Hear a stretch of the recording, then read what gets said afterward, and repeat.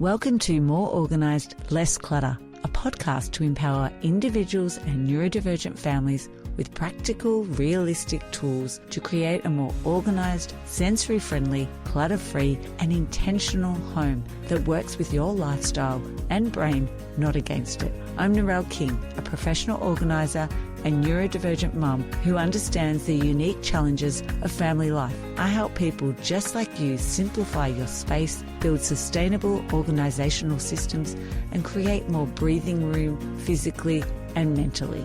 Every fortnight, you'll hear solo episodes and guest conversations filled with practical strategies on decluttering, home organisation, routines for neurodivergent families, mindful living, and how to build a home that feels safe, calm and functional. You'll walk away with actionable takeaways you can implement even if you only have 10 minutes to spare. Ever feel the invisible load of neurodivergent parenting is quietly running your life, no matter how organised you try to be? In today's episode of More Organised, Less Clutter, I sit down with executive coach and fellow neurodivergent parent Francine Bass to talk about the real mental load behind managing sensory needs, executive functioning challenges, and daily life. She shares how simplifying her home, schedule, and expectations can reduce your mental load and help you create more personalised routines for your family. She shares a useful tip around using AI as a tool to support executive functioning and planning for the unexpected. And if you're ready to feel more organised and more confident navigating the invisible load of neurodivergent parenting, then this episode with Francine Bass is for you. Today on More Organised, Less Clutter, I'm talking with Francine Bass. She was an executive coach and speaker who works with women navigating leadership, parenting and meaningful life transitions. As a single mum and parent of a neurodivergent child, she is going to be sharing with us ways of managing the invisible load. So welcome, Francine. Thank you, Narelle. It's so nice to be here. Thank you so much. Oh, it's so nice to have you and on the other side of the world as well. So, and making the time difference and making it work. Yes. Flexibility. We learn flexibility for sure. You sure do with podcasting. So let's start so we can get to know you a little bit. If you were a Barbie doll, what 2 accessories would you come with? Oh my goodness. Color-coded planner that's built out for me, custom. And an enormous insulated coffee tumbler. Is this in summer and winter, the coffee? It's year-round. It's year-round. Rain or shine, heat or cold. I'm a hot coffee gal. So the tumbler comes with, for sure. The planner would represent, creating order from complexity. I'm definitely not in your lane as far as providing organization support to others. I'm pretty organized, and I lend that proficiency, if you will, to support my daughter. Definitely in leading teams, project management, and just being a support to others that are navigating any kind of change. I always want to add value, and having, lived several different experiences in this lifetime, I've come across a lot of situations that I've come out on the other side of, learning a lot. So if somebody needs that insight and is open to it, I'm more than willing to share it and add a little clarity to what could at that moment for somebody else feel very overwhelming. Definitely. And I'm sure this is some of the things that will come out as we explore some of the things that you have done. So if you did have myself fly over as a professional organizer, what area would you want some support with? Because it sounds like that you've got that organization overall outlook working for you, but what other areas would you like support with? You would come right into my home and immediately go right and enter my office. And you wouldn't leave my office. You would sit in front of my computer for however long I could have you services, and you would organize my digital life. So everything, calendars, project. I want to have that calendar that has rules in it, that sends emails to a certain place in your Outlook, that is, just this automatic system. I want to be that person who has an email that you only see like 10 unopened emails. So that would be your role, to support me in my digital life and because when you're just not aligned with something, I think it's just not your thing. It becomes so much bigger than it needs to be, and it's a distraction to like other things that are more meaningful. Definitely. And I still want to get it done. It's just never quite as I would like to have it. So Yeah, I yeah. think I'm meant to be aligned with people that are really good in that space, and one day I will have the ultimate calendar. What about your phone? Is that messy as well, or it needs a little bit of order? Or that's not Yeah. so So bad. Yeah. if you got through with my computer really, in an expedient fashion, you would then be handed my phone, and you would categorize my pictures. You would catalog all those, and then you would my text messages. Yeah. Yeah, text messages. I've tried and like just not good at it, but I've tried and I won't give up to try to manage my text messages and recognize that they're not a library. They are, in fact, meant to be deleted and let go of, but I need intervention, I think. I know I'd use mine as a library as well, but Yeah, and email too, right? yeah, I don't, yeah, yeah. definitely. Otherwise, I'll forget. And I've tried other systems, so it's easier if it's just there. It's a visual. It's that object permanence. I need that as well.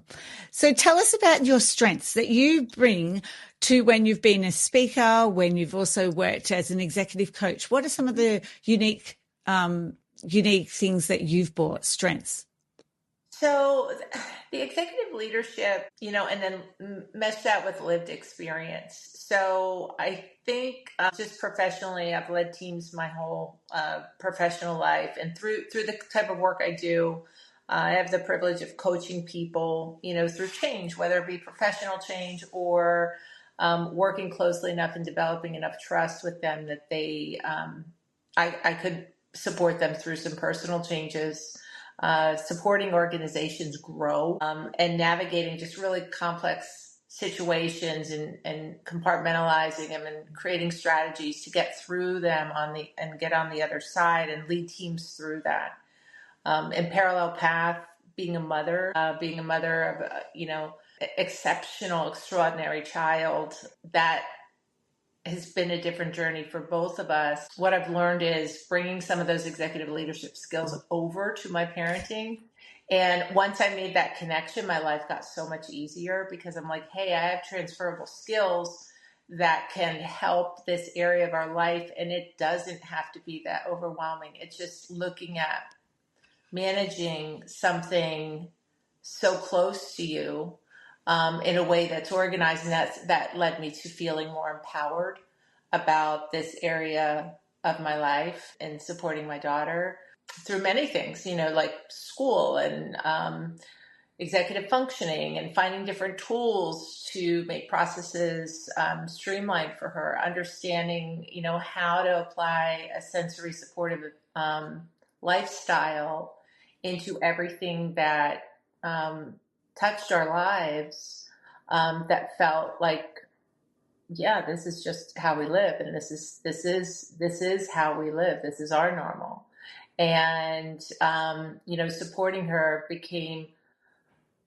manageable once I learned to apply managerial techniques to it, if that Yeah. makes sense. No, definitely, definitely. So what about that invisible load? What does it look like that people may not understand or fully understand? What does that look like? Well, as much as I'll share, I can come up with organizational techniques and, create schedules and color coding and, organize our lives. You're constantly, as a parent, processing next steps and planning for next steps and contingency planning. And so we're managing for somebody else that needs us full, completely there. And we're so hyper aware of the needs and the needs that aren't even presenting yet. So you're in a constant state of this contingency planning. And at the same time, you're supporting yourself. So there's two things going on at once, and then there's the unknown that I think if you're a parent, if you know, of an exceptional child, that you are considering things that may or may not occur. And that takes up, space and energy. And it's a learned skill to care for yourself while that's happening, and in a way that is preserving your well-being. So you can be, all things to the people that are relying on you the most, but primarily prioritizing yourself gets you there. And I think learning those techniques and applying them with rigor just makes you better at being there for your child. I know it did for me. And so what are some of those techniques that you've used for yourself that have been useful? Putting myself first, the basic needs, eating really well, taking time, being outside, exercising, not like recognizing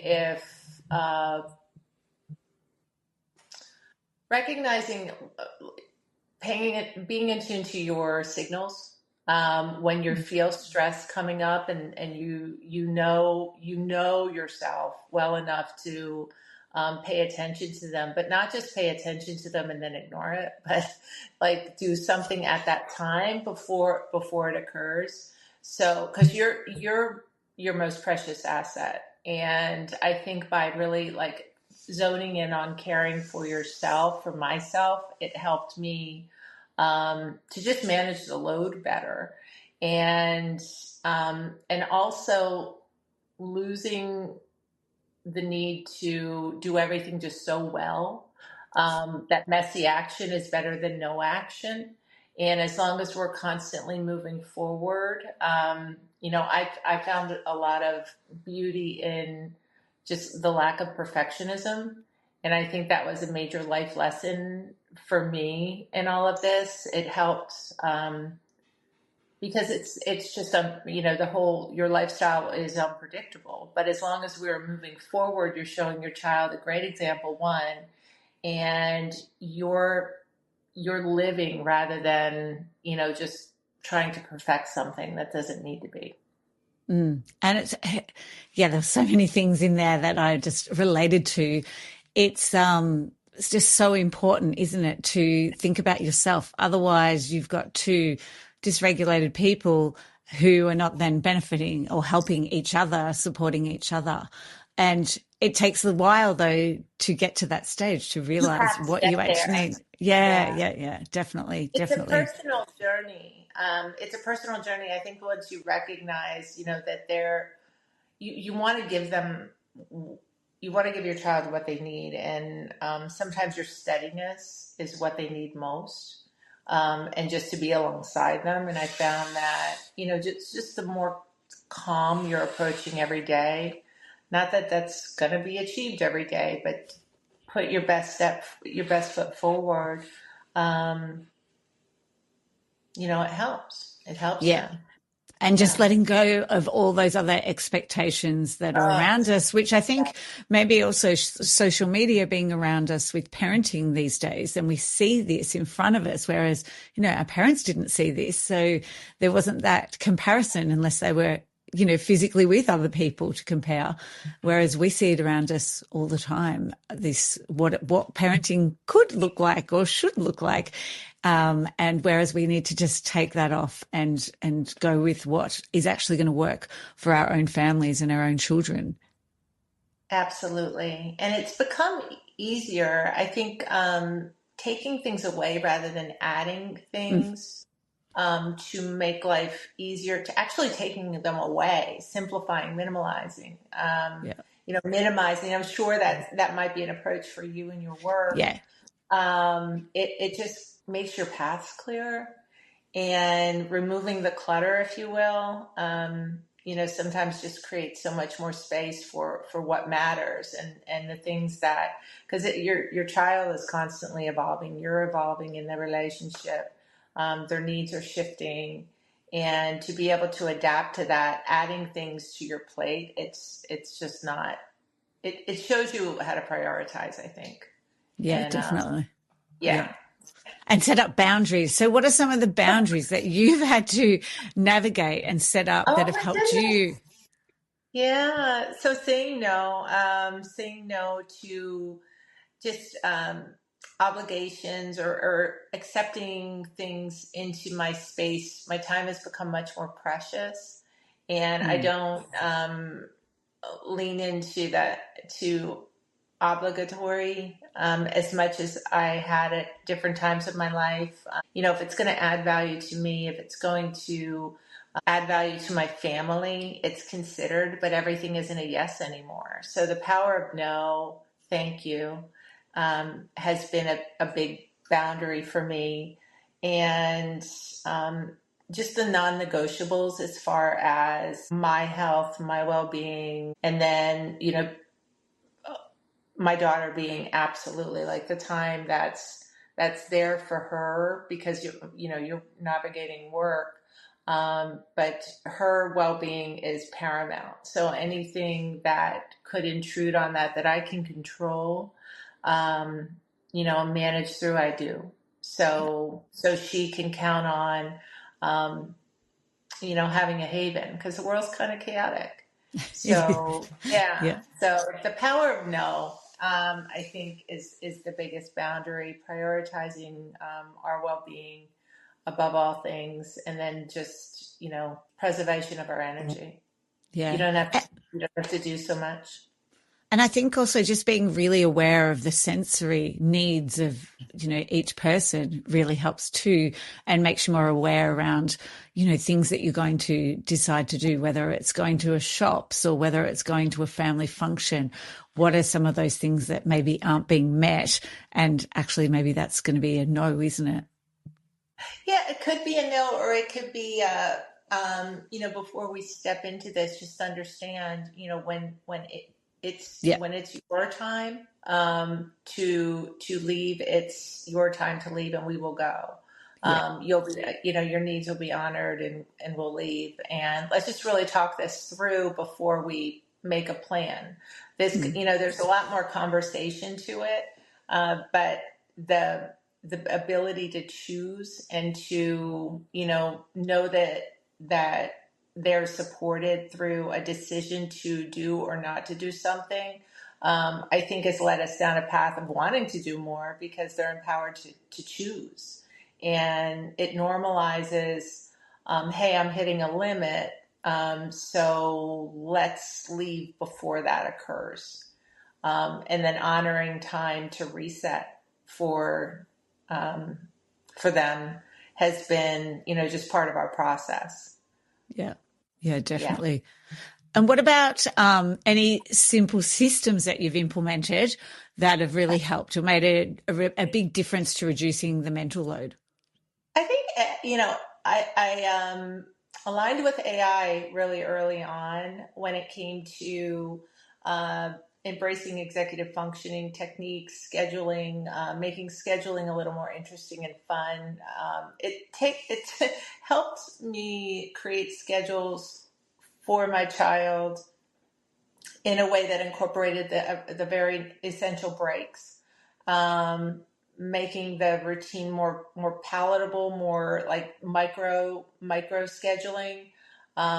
So aligning with artificial intelligence helped me do that, and not like it wasn't so difficult. So there wasn't like schedulers and calendars and Yeah. whiteboards. You could just like prompt, chat and what you needed for that day. And I was like, wow, this is a miracle. And it really helped a lot because executive functioning, and until it wasn't necessary, it really helped our system a lot for, keeping herself on task with schooling. And there's a pretty aggressive academic load, so that scheduling time is precious, but also is the incremental break time. So I think being open to AI tools uh, was a big help, and managing through breaks, um, I think helped a lot as far as what we were doing. Yeah, yeah, definitely. I do use that as well with clients. Sometimes I might actually just put it in, oh, we want to do this, and it'll break down the task. Um, yeah, Even just to see what it would travel. come up. Yeah. Oh, Yeah, it's so good with like some even things. Yeah. travel. Yeah, I Yeah. want, a sensory supportive experience when we're going from here to here. It could be the simplest thing, Yeah. and your algorithm, like it's going to start to understand, what you're seeking. Mm, And you'd be surprised. It's a very, very helpful tool. And yeah. I don't know if parents do utilize it or not. I just know when I started, it was like, wow, this is terrific. Yeah.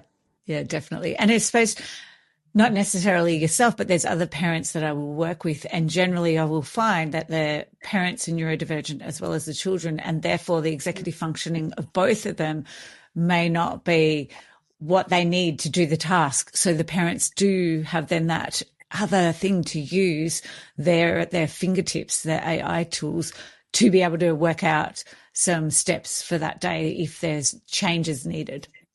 Yeah. Yeah. Yeah. And plan A, plan B. And it just, I don't know. I couldn't think of all the contingencies the way, Yeah. artificial intelligence does. And I appreciate it so much. And I think part of being, in this, also definitely being an executive is that, knowing that you don't have to be perfect at everything, but aligning with people that are better at what you need support with, that's a strength. And if that happens to be an AI tool, that happens to be an AI tool. Use it. Mm. Yeah, definitely. Definitely. Um, yes. And that's the thing when we're also, around picking up the energy from our own children.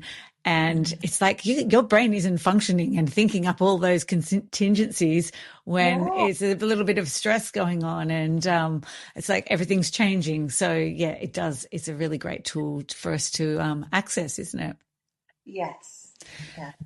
So what about mindset shifts? What mindset shifts have you had to change? You did touch on it before, as a parent so that you can be less overwhelmed and more empowered.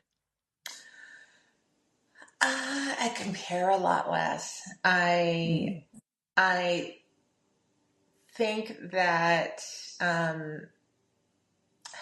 having an exceptional child creates this opportunity to just it gives you a great priority shift. And as you grow through it and as you're on that journey, you learn what's really important. And it could be a small win where your child just grabs your hand, or it could be like you're really celebrating different things from other families, and that becomes your normal, and you're less likely to compare because your experience truly is so different. And if you've had an experience with another child or been around other families, yours is unique and you treasure that. So I think becoming very comfortable with personalizing your own experience, and as best as you can give yourself the gift of not comparing. Um, that for me was very helpful. And again, it was a journey. Definitely not 15, 20 years ago where I would say I was at. It was a path. But I think when we stopped measuring ourselves, or I did, against other families and what it should look like and what it could look like, our life just took on a different form, and it was designed based on a curated approach to us, and that's beautiful and something to really be proud of. And it's a lot more like relaxed. And it's just I think, to answer your question, it was really what works best for our family. yeah, I And like what's that. there. Yeah. That personalized approach rather than trying to fit what everyone else is doing, but just Oh this is God, no. ours. And Yeah. this is what's, that this is what we need as a family. And this is what our family is going to look like. And that's beautiful. I love that approach about thinking about your personalized, and what you need for your family. Yeah, and it might be something as simple an example as like not taking a vacation. Yeah. That could be the reset that your family needs. So it doesn't look like others. Like, where'd you go this summer? Mm. Well, you know what? We had a staycation, and that Yeah. was exactly what we needed after a very rigorous school year. So it's just like, what's good for you? Yeah, definitely. Yeah, there's so many examples that are popping into my head of Right. things that we've done as a different way of doing things that now work for our family, that over time we're like, you know, we know what's going to work best and not try the other things and just go with the flow now. Yeah, holidays look different. Like it's just Mm, it's yours. It might not look traditional, but what no. is? I mean, I Yeah, think yeah, everybody, if it could get down to it, we're all like doing what's best for us, and it looks different than the family next door, and theirs looks different from yours, and the next, and so on and so on. And I think so. That's been very liberating, and that was a big shift. yeah. Oh, Francine, thank you so much for your time and sharing your knowledge and also your personal experience. What is the best way if people wanted to connect with you? I think, you know what, I don't, Narelle, have a platform. I think right now I'm looking to form some kind of platform that can be nonprofit and Yeah. support other families that are, crossing a path that I've taken already. In any way I can help, I would love to. There's no path to me that's direct, and I'm sorry for that, but I do I hope know that my LinkedIn. voice was helpful one day. Yeah, I think that creating something that's just a resource for other parents would be a Mm, goal of mine. yeah. Not a monetizing approach, but more of a I got a lot of help along the way, and I want to give back. So that's why I'm here tonight. And I appreciate your platform. I think you're doing really great work. And I thank you for your time. Oh, no, thank you so much, Francine. Sick of wasting time looking for your keys, wallet, or that one charger that always disappears? Your space needs visual anchors. Grab the ADHD-friendly organisation checklist, a 10-minute setup, a weekly reset, and troubleshooting map to adapt your space. Create an environment that works with your brain so that you can stop losing or forgetting things and start leaving on time with your sanity. Head to simplyhappy.com.au and click on the resource tab to get instant access today. I'd like to acknowledge the Wathaurong people of the Kulin Nation on which this podcast is recorded as the traditional custodians of the land. I pay my respects to their elders, past, present and emerging.